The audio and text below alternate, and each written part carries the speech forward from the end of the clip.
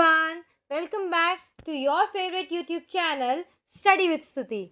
I am back with the first video of the series where I am going to decode my class 12 journey with you all.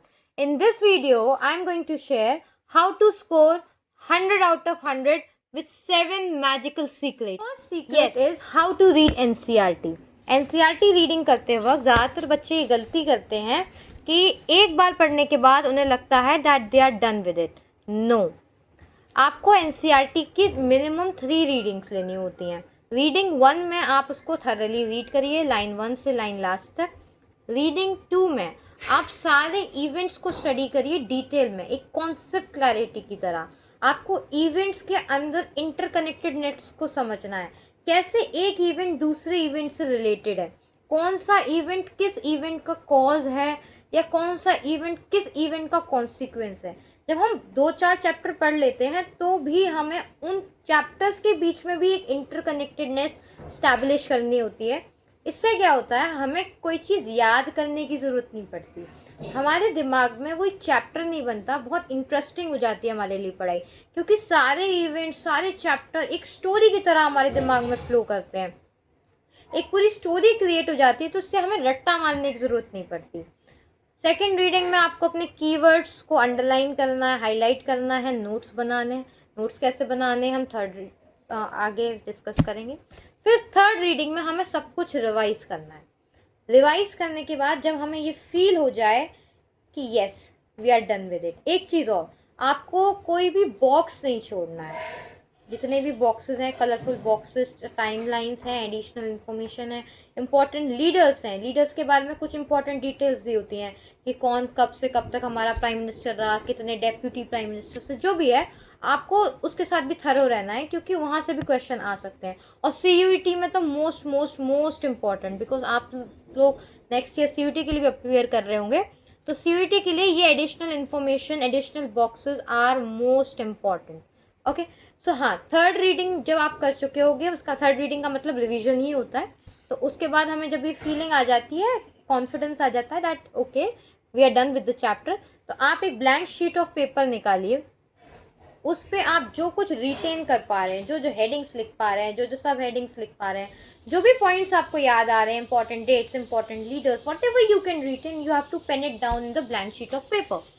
After doing this practice you have to analyse कि आपने कितना percent retain किया, कितना percent उस paper पे लिख लिया, जो पॉइंट्स, जो इम्पोर्टेंट फैक्ट्स, जो इम्पोर्टेंट इवेंट्स, कुछ भी जो आपसे मिस हो गया, आपको फिर से उस चैप्टर की तरफ जाना है और कोशिश करना है कि हम उसे दोबारा रिवाइज करें. ये जो प्रैक्टिस आप हर चैप्टर में करेंगे, मल्टीपल टाइम्स करेंगे, then towards the end of preparation I can assure you that you are going to be crispy clear with all the facts. जितने भी फैक्ट्स होंगे आपकी secret is What are the sources that we must refer to? बहुत simple answer है. जो भी इंसान आपको मल्टीपल सोर्सेज रेफ़र कर रहा है, बिल्कुल मत होइए भैया. आपके लिए बिल्कुल 2 ही सोर्स हैं इम्पॉर्टेंट, वो हैं आपकी NCERT. क्लास 12th में आपकी 2 NCERTs हैं, मेरे पास ये हैं. पहली वाली आपकी politics in India since independence, and second one is contemporary world politics. दोनों आपके पास होंगी. इनको आपको थरली पढ़ लेना है, घोल के पी जाना है. इसकी एक एक लाइन के साथ आपको बिल्कुल फेमिलियर होना है. बाकी इसके साथ आप एक चीज़ और यूज़ कर लेना, वो होते हैं हमारे प्रीवियस ईयर क्वेश्चंस. कहीं से डाउनलोड करना चाहो, वेल गो अहेड. कोई बुक परचेज करना चाहो, ओके गो अहेड. कोई भी बुक ले सकते हो आप, ओजवाल की, अरिहंत की, जो मार्केट में आपको अच्छी लगे, आपको जिसमें कॉन्फिडेंस फील हो कि yes this one is good. I use this one, Arihant CBSE chapter wise question bank. It was from 2008 to 2024. It was बढ़िया बुक. इसके अलावा आपके सोर्सेज YouTube हो सकता है. YouTube पे आप लेक्चर्स सुन सकते हो. आई रेफर टू डिग्रास sir, one of the finest teachers every student would say. मैंने तो उनको रेफ़र किया था और बहुत ज़्यादा, मतलब मैंने हर एक चैप्टर का एक वीडियो वन शॉट उनसे लिया था. पहले मैं उनका वीडियो देखती थी, फिर खुद चैप्टर रीड करती थी एक बार, फिर एक बार स्कूल में जब सर पढ़ाते थे तो रिवाइज हो जाता था, उसके बाद में नोट्स बनाया करती थी. तो ऑफकोर्स आपकी NCERT यूट्यूब एडिशनल है, ऑप्शनल है, आप चाहो तो उसको रेफ़र कर सकते हो, अदरवाइज़ आपके स्कूल टीचर ही इनफ है. कोई ट्यूशन व्यूशन मत लेना यार। Third secret is how to make notes. Note making strategy बहुत इंपॉर्टेंट है गाइज आप लोगों के लिए, because whatever you are writing in your notes will surely be reflected in the answer writing which will do in your examinations. तो note making में first point आप याद रखिए कि पॉइंटर्स में आपको नोट्स बनाने हैं, पैराग्राफ्स में नहीं बनाने। सेकंड चीज़ आपको याद रखनी है कि आपको जब जो भी आप बना रहे हो आप एक हेडिंग लो, हेडिंग के अंदर आपकी एनसीईआरटी में मल्टीपल पैराग्राफ्स होंगे, उन पैराग्राफ्स को आप स्टडी करिए, उसमें से कोई एक सब हेडिंग बनाइए। तो आपके 3-4 पैराग्राफ्स है तो 3-4 सब हेडिंग बन जाएंगी। उन सब हेडिंग्स को आप डिस्क्राइब करिए 4 to 5 लाइन्स में। उसमें भी आप अगर एक्सप्लेन आप पैराग्राफ में भी कर सकते हैं, पॉइंटर्स में से भी कर सकते हैं। देन थर्ड पॉइंट इज आपको कीवर्ड्स और कुछ इंपॉर्टेंट लाइंस जो हैं आपकी एनसीईआरटी से वो 100% अपने नोट्स में लिखनी है और अपने आंसर्स में भी लिखनी है फर्दर। इससे क्या होता है, examiner thinks that the child has read the NCERT thoroughly and is very familiar with the terminology and the language of the NCERT. So इससे आपको एक बोनस मार्क मिलता है और आपकी जो आंसर राइटिंग है वो बहुत ज़्यादा फॉर्मल लगती है। अगर हम अपने आप ही अपने मन से कुछ भी लिखते रहते हैं then we do not look formal. So to look formal we must use the terminology, the facts, the data given in the NCERT. It is a must. Okay, keywords 100% underline होने ही चाहिए। Then the next step of note writing is you must use mnemonics or abbreviation. For example, there was Treaty of Paris and Treaty of Rome in your world wali book. In that I used a mnemonic BIG, F and L for the members countries. Member countries were Belgium, Italy, G for West Germany, F for France and Netherlands, and L Luxembourg. So you can also form such mnemonics, abbreviation, whatever, to make your learning process easier. Secret is how to learn dates and revise them. I know आप सब लोग बहुत परेशान हो इतनी सारी dates याद कर करके, और डेट्स याद करते हैं थोड़े दिन बाद भूल जाते हैं। अब करना क्या है, नंबर 1 पहले बता चुकी हूँ कि सारे इवेंट्स को क्रोनोलॉजिकली आपको 100% अपने दिमाग में फीड कर लेना है। उससे एक अच्छा खासा आइडिया आपको डेट्स का लग जाता है, क्योंकि आपके एग्ज़ाम में आजकल क्रोनोलॉजिकली अरेंज करने वाले क्वेश्चंस बहुत आने लगे हैं, तो वो तो आपको वैसे ही हो जाएंगे अगर आपको एग्जैक्ट डेट नहीं भी पता है तो। सेकेंडली पर आपको पता होनी चाहिए क्योंकि हमें 100 आउट ऑफ 100 स्कोर करना है। ओके, तो करना क्या है, हर चैप्टर के बाद आपको वो डेट्स लिख लेनी है एक पीस ऑफ पेपर में और अपने सामने लगा देनी है। आप उसको बार बार देखिए, रिवाइज करिए, और जब भी आप अकेले में हैं close your eyes and try to retain those dates. ये प्रैक्टिस आपको 3 to 4 डेज करनी है। After 3 to 4 days you will be done with those date of that chapter. उसके बाद आप ऐसे ही यही प्रैक्टिस आगे वाले चैप्टर्स के साथ करिए। फिर देखिए कि पिछला चैप्टर्स जो हो गए हैं वो याद हैं कि नहीं है तो दोबारा रिवाइज करिए। मल्टीपल टाइम्स आप जब इन डेट्स को रिवाइज करते रहेंगे, मल्टीपल चॉइस क्वेश्चंस आप डेट्स के ऊपर सॉल्व करिए, इससे आप डेट्स को और बेटर रिवाइज करेंगे, हो जाएगा, you will be done with the dates part. बाकी रिवीजन ही सॉल्यूशन है डेट्स के लिए। डेट्स पूरा 100% तो कोई भी नहीं थरो हो पाया, so only solution for dates is revision. Secret is how to write answers. अब यार इस सीक्रेट के लिए ना मैं हमेशा से बड़ी एक्साइटेड हूँ आपके साथ ये शेयर करने के लिए, क्योंकि यार तुम ह्यूमैनिटीज़ वाले बच्चे अगर इसको सीख गए ना, इसके आगे कुछ नहीं है तुम्हारे लिए। फोड़ दोगे तुम अपने सारे डोमेन्स। बस ये सुन लेना ध्यान से, ये कैसे करना है इतना तो तुम्हें सब ने बता दिया होगा कि पहले इंट्रोडक्शन, फिर बॉडी, फिर कंक्लूजन, पर इसके अंदर क्या करना है ये तुम्हें सिर्फ मैं बताऊंगी बहुत अच्छे से। चलो एग्जाम्पल लो, पार्टीशन के ऊपर एक लॉन्ग लिखना है आपको 6 मार्कर। अब इंट्रोडक्शन में क्या लिखोगे, तो हमेशा याद रखो थोड़ा सा आपको एनसीईआरटी की लाइंस शेपनी होती है ताकि आपके आंसर में थोड़ी दम लगे, थोड़ा फॉर्मल लगे कि आप थोड़ा एनसीईआरटी के साथ फेमिलियर हैं। अब देखो इंट्रोडक्शन आप कैसे लिख सकते हो, the freedom of India, the most awaited freedom of India came with partition of the country. The year 1947 was the year of unprecedented violence and the trauma of displacement. As it is line of NCERT आप use कर सकते हो।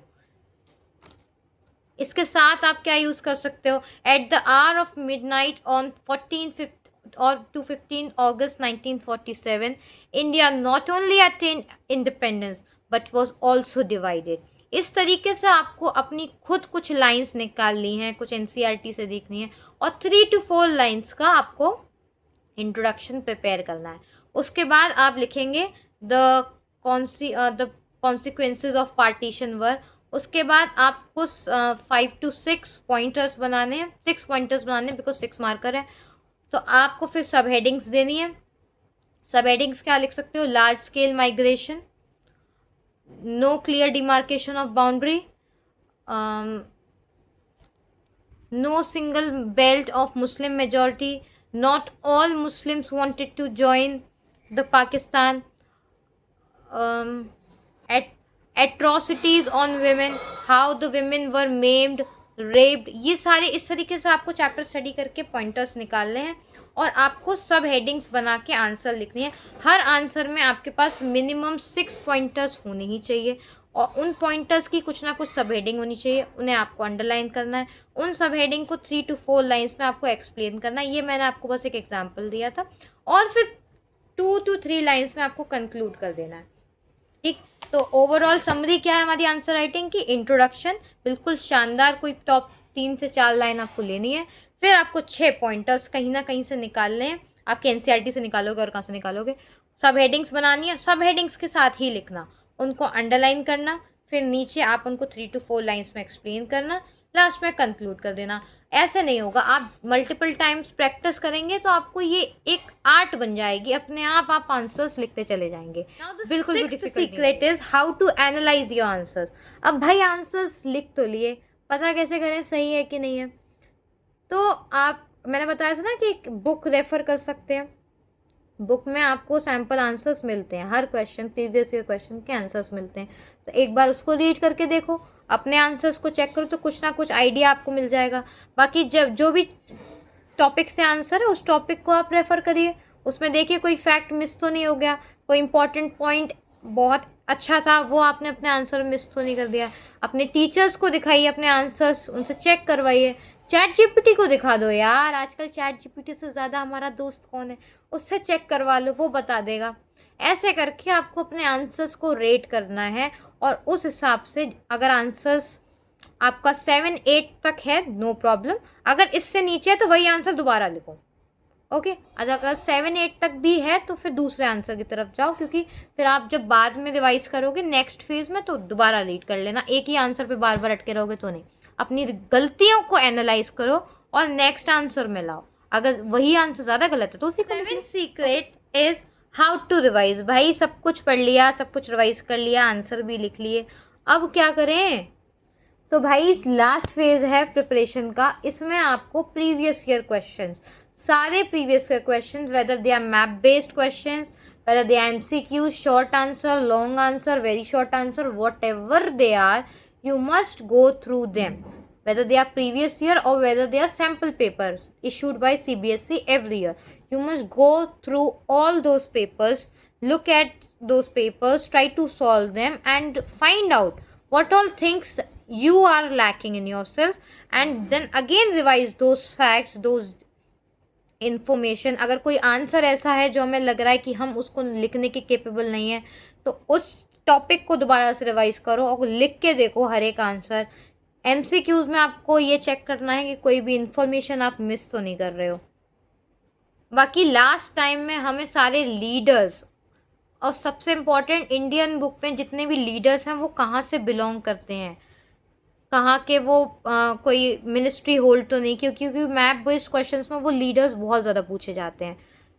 और MCQs में chronology बहुत आती है आजकल, मैच द फॉलोइंग में भी आ जाती है। तो डेट्स के साथ बहुत थरो रहना है, टाइमलाइंस के साथ बहुत थरो रहना है। आंसर राइटिंग तो आपको हर चैप्टर से एटलीस्ट 10 आंसर्स लिखने ही लिखने हैं। अगर आपने, और 10 आंसर्स ये नहीं कि अपनी मर्जी से लिखने हैं, प्रीवियस ईयर क्वेश्चंस आप 10 आंसर्स आप लिखिए, हर चैप्टर से प्रैक्टिस कीजिए, उन्हें एनालाइज करवाइए, उसमें अपनी गलतियों पे वर्क कीजिए, and then I can assure you 100 out of 100 definitely अपना डेटा जितना भी है, जितनी भी इंफॉर्मेशन है, डेट्स हैं, जो भी है, आंसर राइटिंग, इसके साथ दोनों चीज़ों पे वर्क कर लीजिए, स्टैटिक और आपका सब्जेक्चुअल पार्ट जो भी है, दोनों पे वर्क कीजिए, and then your 100 out of 100 is gone nowhere except you. Thank you so much guys for watching this video till the end. बाकी I am also a learner, मुझे बहुत कुछ नहीं आता, I am learning a lot. Making new mistakes, learning from new mistakes. आप लोगों को कुछ भी गलत लगा हो, then you are always welcome to share it in the comment section. I will definitely improve upon them. आप लोगों के जो भी सजेशंस हों, जो भी रिव्यूज़ हों, you guys are always welcome in the comment section. बाकी मैं भी नई नई चीज़ें फिगर आउट कर रही हूँ. जो चीज़ें मैंने फिगर आउट कर ली हैं, I will love to share with my juniors. आप लोग भी मुझे बहुत कुछ सिखा सकते हैं. So it's a journey of growing together.